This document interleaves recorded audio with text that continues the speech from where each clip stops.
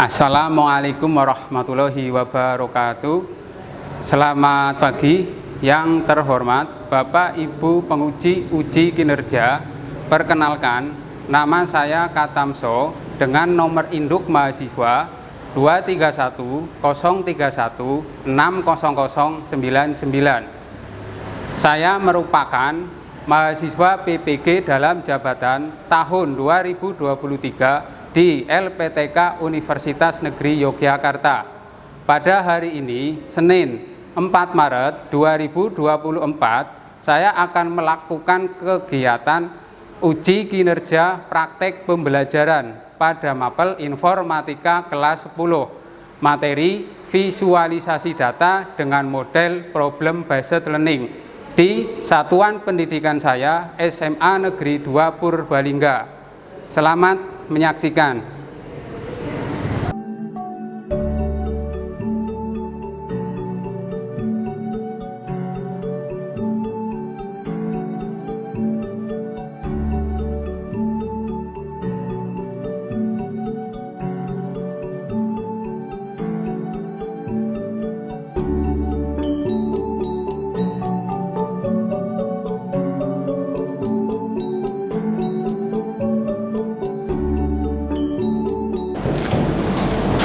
Bismillahirrahmanirrahim. Assalamualaikum warahmatullahi wabarakatuh. Waalaikumsalam warahmatullahi wabarakatuh.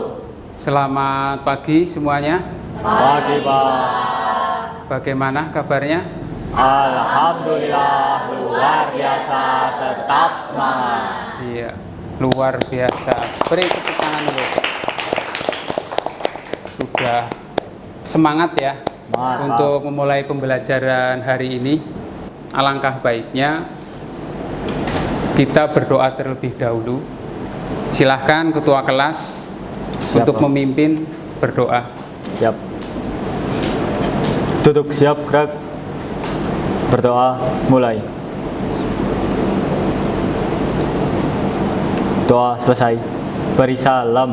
Assalamualaikum warahmatullahi wabarakatuh.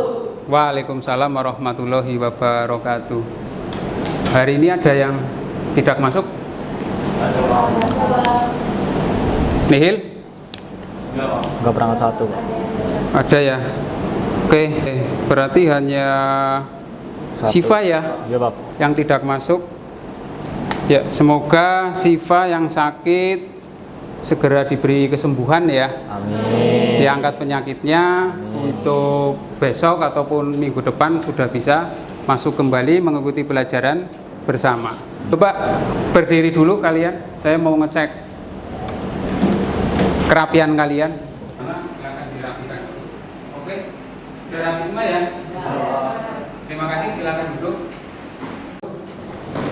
Memberitahukan ya, aturan yang di lab itu diantaranya kalian tidak boleh menghidupkan atau menggunakan handphone tanpa seizin dari guru. Seperti biasa kita ke ice breaking dulu ya. Kata kuncinya adalah huruf pertama. Pisang, huruf pertamanya apa? P. Nanas, rambutan,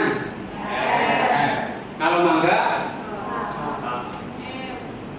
Jadi yang tadi saya sampaikan itu kan huruf pertama, enggak M, nanas N.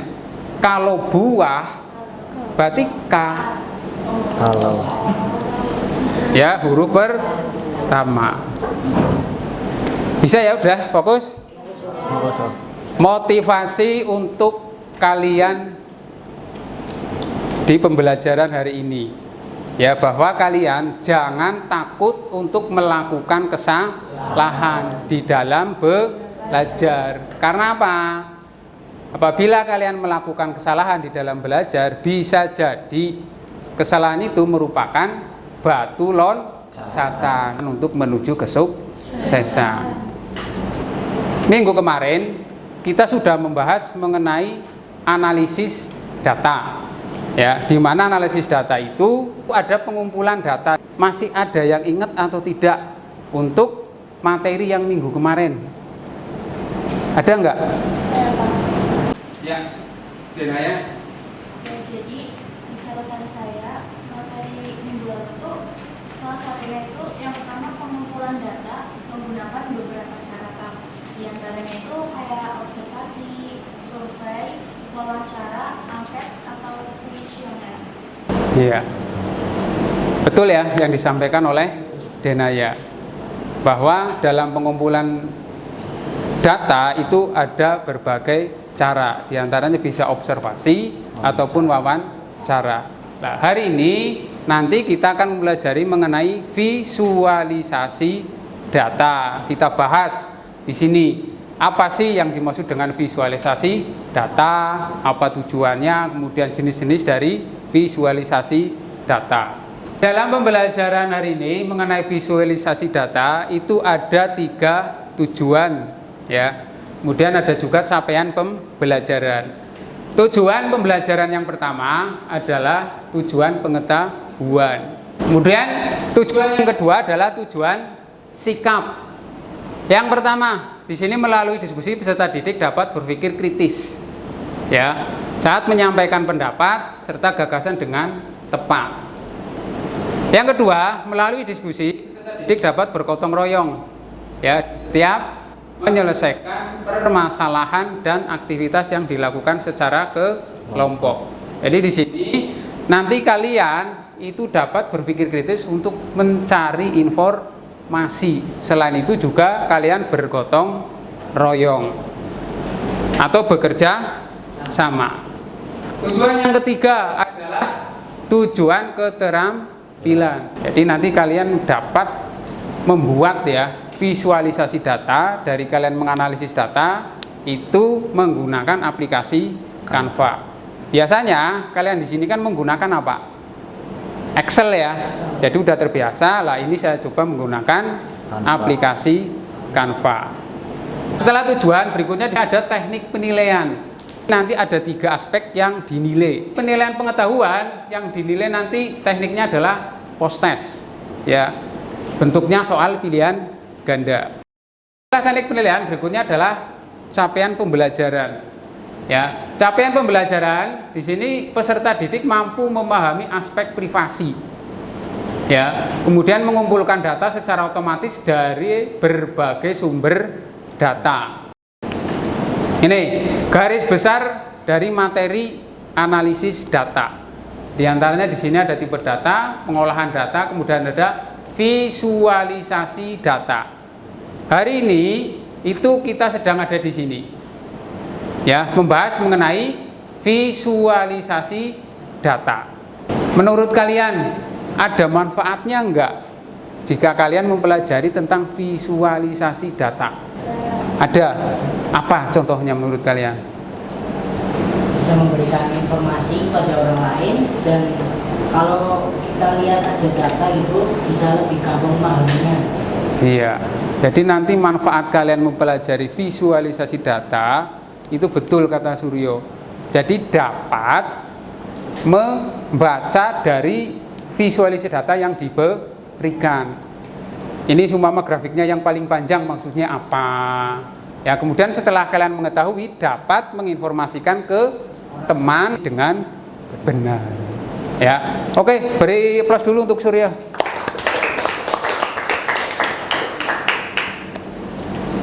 Nah, sekarang ke pertanyaan pemantik. Diagram di sekolah pernah lihat nggak? Belum. Ada yang pernah lihat? Belum. Belum. Kalian di P5 ada diagram nggak kemarin? Belum tahu. Oke. Ya. Jadi di sini belum ada yang tahu ya diagram itu seperti apa. Belum ada yang pernah melihat. Oke, kita nanti bahas di sini ya mengenai diagram. Nah, untuk mengetahui kalian sebenarnya sudah tahu apa enggak sih mengenai visualisasi data. Jadi kalian pretest dulu ya. Silahkan keluarkan dulu HP-nya. di-scan, dikerjakan. Lah, nanti untuk hasil itu untuk memetakan kelompok. Ya, jadi nanti yang nilainya 80 berarti nanti dibagi. Ya. Kemudian kalau yang nilainya di bawah ya diikutkan dalam kelompok yang nilainya ada yang 80, ada yang 60. Jadi di dalam kelompok itu rata.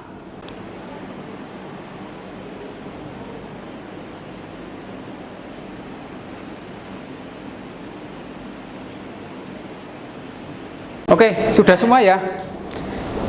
Kalau dilihat di sini nilainya antara 40, 60, 80. Belum ada yang mendapat 100. Ya. Berikutnya adalah materi. Nah, silahkan kalian scan materi ini ya, saya beri waktu 5 sampai 10 menit untuk membaca materi.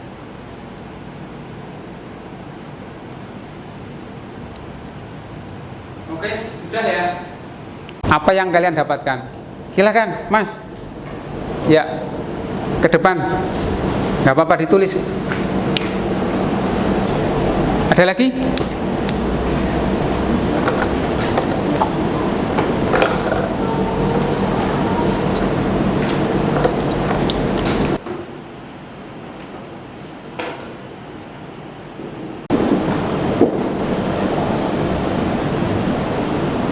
Ada lagi nggak?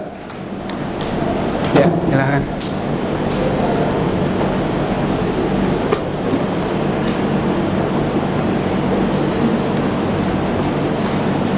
Oke.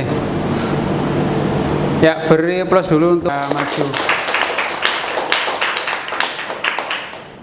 Oke, kita bahas dulu dari yang punya Suryo, ya. Di sini ada jenis-jenis dari visualisasi data. Ya. Jadi jenis dari visualisasi data itu memang betul ya, ada 8. Di antaranya ada teks, tabel, garis, kemudian ada batang, ada donat, ada pi ya, kemudian ada peta, ada juga satu ilustrasi atau infografis.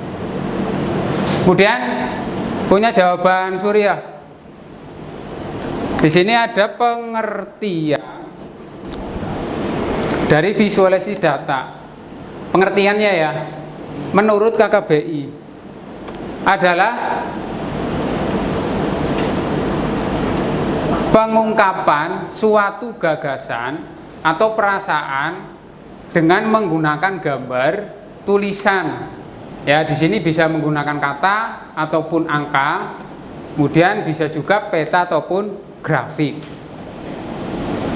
Jadi di sini kalau kalian mau mengungkapkan dalam bentuk gambar itu harus ada gagasan terlebih dahulu. Gagasannya apa?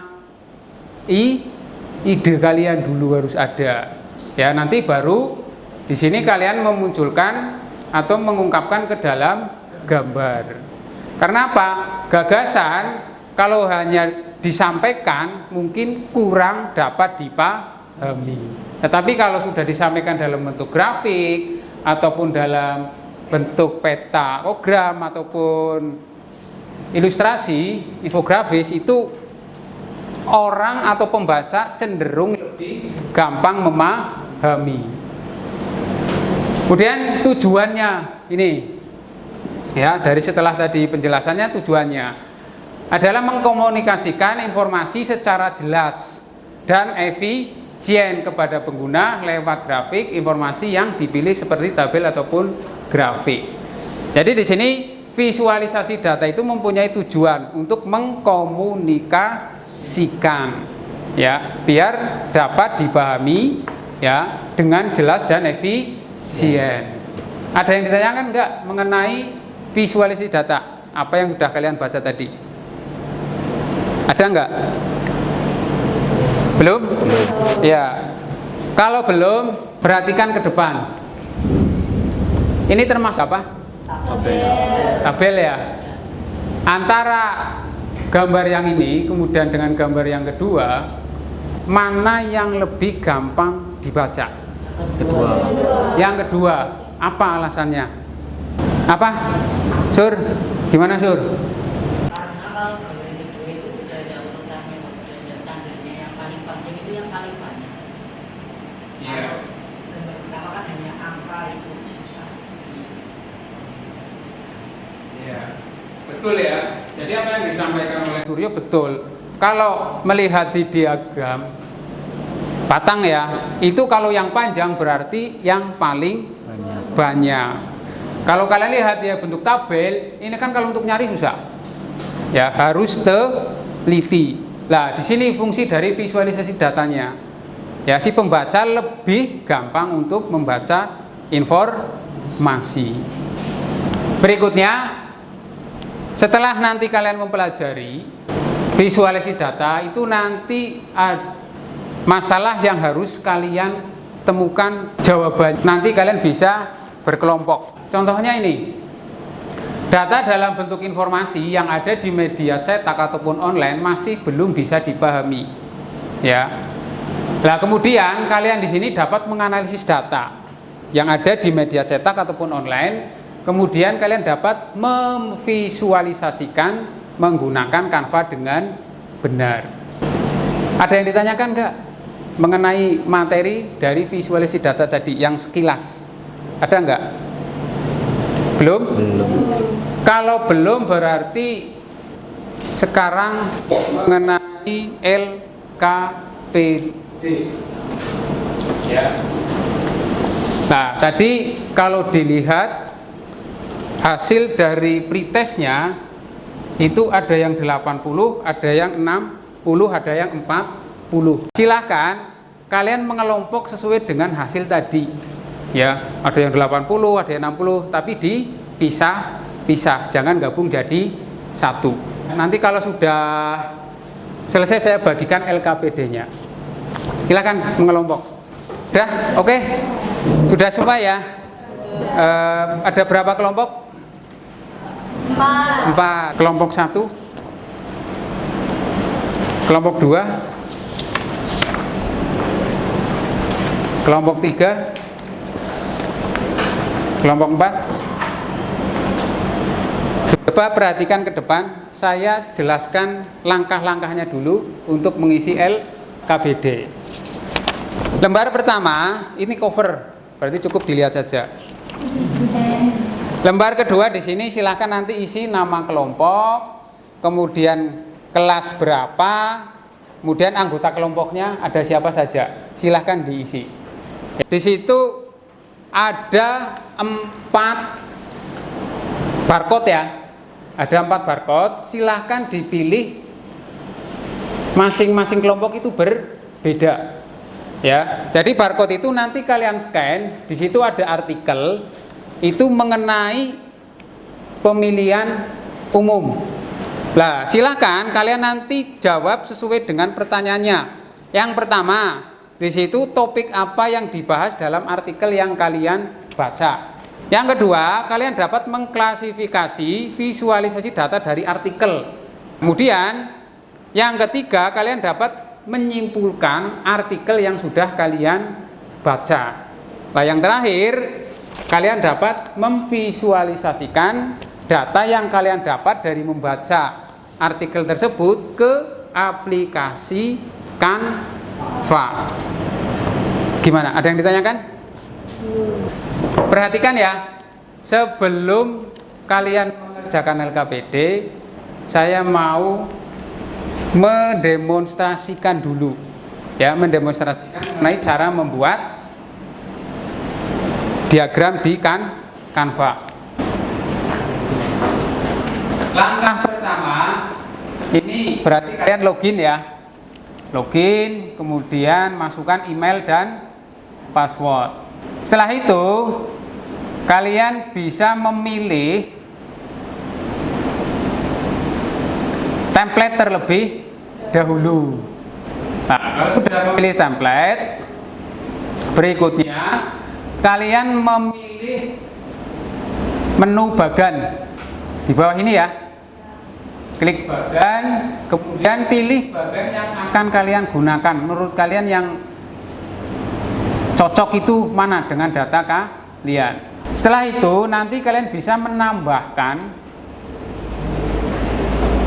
elemen yang lain biar hasilnya nanti lebih menarik, tetapi kalian tanpa mengurangi fungsi dari visualisasi data tersebut. Kerjasama ya, silakan membantu diskusi, satu mencari jawaban yang satu, kemudian ada yang kedua, jadi nanti cepat selesainya.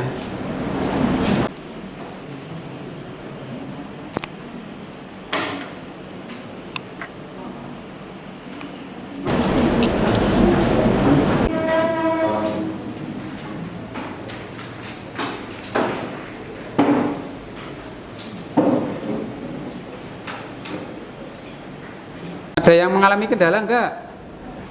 Ada Pak. Ada. Gimana? Nggak muncul dasarnya.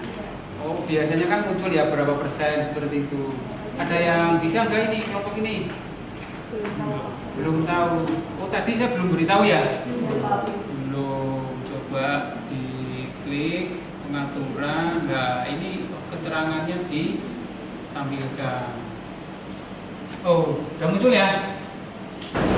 Ada lagi yang mengalami kendala?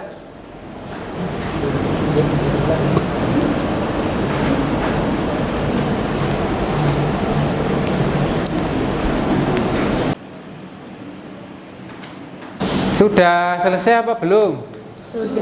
Sudah selesai semua, berarti sudah siap untuk presentasi ya? Siap? Oke, untuk presentasi silakan hasil yang kalian sudah jadi dikirim ke saya dulu. Ya, jadi nanti hasilnya ditampilkan. Yang mau maju presentasi silakan. Kelompok berapa? Ya, kelompok ke Diandra ya. Silakan maju untuk mempresentasikan ke depan. Assalamualaikum warahmatullahi wabarakatuh. Di sini kami akan presentasikan hasil diskusi kami. Sebelumnya perkenalkan, nama saya Javas Rajendra Prihantara, absen 17. Saya Rachel Darayani, absen 28. Saya Fani Wulandari, absen 12. Saya Syafira Raika, absen 33. Saya Diandra Kalisa Maisi, absen 10. Soal nomor 1, topik apa yang dibahas dalam artikel yang kalian baca? Jawaban kami, pemilu 2024, 52% yaitu pemilih muda. Kami memilih diagram pie. Nomor 3, peserta didik dapat menyimpulkan artikel yang sudah dibaca. Jumlah pemilih muda sama dengan 100.006, 358, 447 jiwa. Umur 17 tahun 23%, 17 sampai 30 tahun 31,23%, 31 sampai 40 tahun 20,70%, lebih dari 40 tahun sama dengan 48,07%. Visualisasi data yang sudah kelompok kami buat. Nah, di situ ada yang 17 tahun itu ada 23% itu yang warna biru, terus yang 18 sampai 30 tahun itu ada 31,23% itu ada di warna hijau, terus yang 31 sampai 40 tahun itu 20 sampai 70% itu ada di warna oranye. Nah, yang lebih dari 40 tahun itu 48,7% itu ada di warna merah. Sudah dapat dipahami? Oke. Ada yang mau ditanyakan? Mungkin kalian belum jelas. Monggo. Ada yang ditanyakan? Ya. Iya, silakan Fatih. Apa saja yang diperlukan untuk memvisualisasikan data?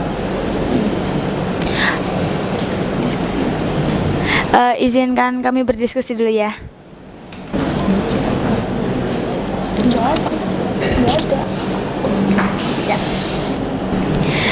Oke, izin menjawab Fatih.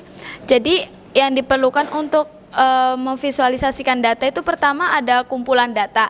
Nah, kumpulan data itu merupakan data mentah yang nantinya bakal kita visualisasikan. Nah, yang kedua itu ada jenis data. Jenis data itu untuk menentukan bentuk visualisasi datanya, misalnya kayak diagram batang, diagram pi atau diagram grafik kayak gitu. Ya, sudah cukup. Mengerti Fatih? Mengerti? Ya. Ada lagi? Monggo.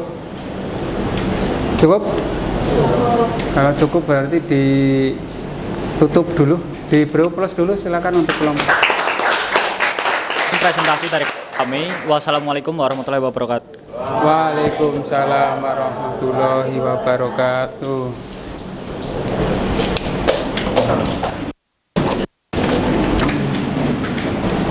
Jadi tadi pertanyaan dari Fatih itu mengenai apa saja yang harus disiapkan untuk membuat visualisasi data.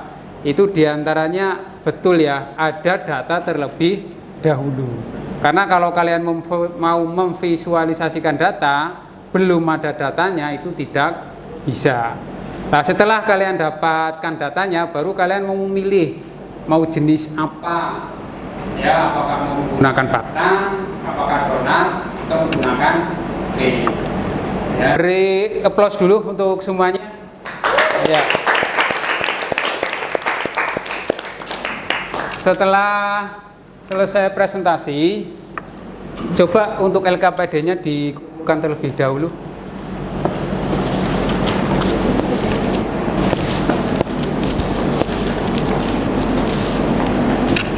Berikutnya, menurut kalian kesimpulan dalam pembelajaran hari ini itu apa saja menurut kalian kesimpulannya?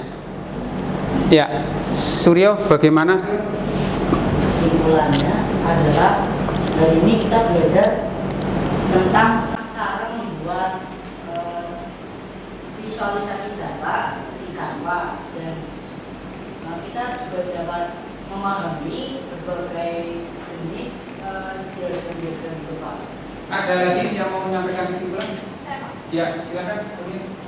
Ini saya akan belajar visualisasi data adalah alat yang dapat membantu untuk memahami data, mengkomunikasikan informasi yang jelas dan efisien. Ada lagi? Apa cukup? Cukup.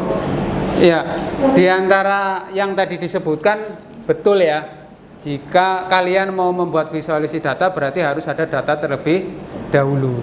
Kemudian dari beberapa jenis visualisasi data itu diantaranya ada file, teks, garis. Ya. Nah, tujuan dari visualisasi data itu apa? Betul tadi ya, untuk menginformasikan ke pembaca dengan lebih efisien. Ya, coba diperhatikan berikutnya adalah kita melakukan post test. Ya. Coba kalian scan lagi barcode ini.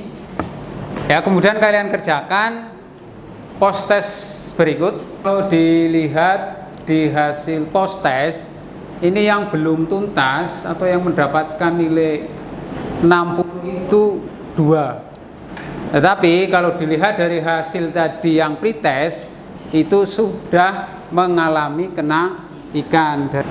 Menurut kalian pembelajaran hari ini adakah materi yang sulit dipahami? Tidak. Kemudian bagian mana pembelajaran pada hari ini yang menurut kalian menarik? Apa? Bikin desain di Canva. Silakan kalau ada saran untuk saya, untuk pembelajaran, untuk perbaikan saya, disampaikan. Ada enggak? Saya, Pak. Ya, ya. Tadi jangan tidak terus, Pak, sesekali di luar ruangan itu, Pak. Iya. Kalau di lab panas ya, Mas ya? Oh, di luar yang panas. Oke, bisa. Ya, karena mungkin bosen ya kalau di lab terus, tapi kita lihat atau disesuaikan dengan materinya. Karena di sini kita hari ini visualisasi data itu membutuhkan komputer, berarti harus ada di lab. Terima kasih atas sarannya. Untuk minggu depan kita mempelajari materi yang berbeda. Kalau hari ini kita mempelajari mengenai visualisasi data, minggu depan kita mempelajari tentang publikasi data. Silahkan kalian pelajari dulu materi mengenai publikasi data di rumah. Ya, buku paket kan sudah dapat ya. Silahkan kalian baca dulu agar pitesnya mungkin nanti kalian dapat mengerjakan dengan baik. Saya ucapkan terima kasih untuk kelas 10E ya, yang sudah mengikuti pembelajaran dengan antusias, dengan semangat. Beri aplaus untuk semuanya.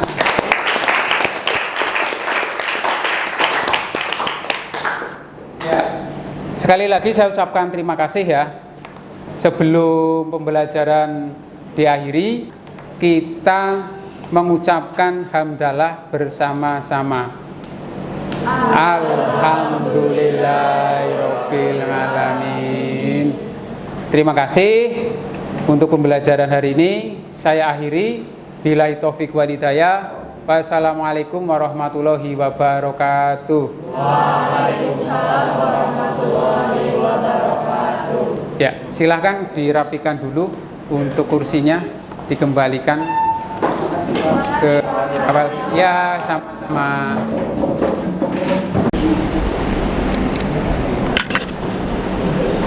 Ya, sama-sama.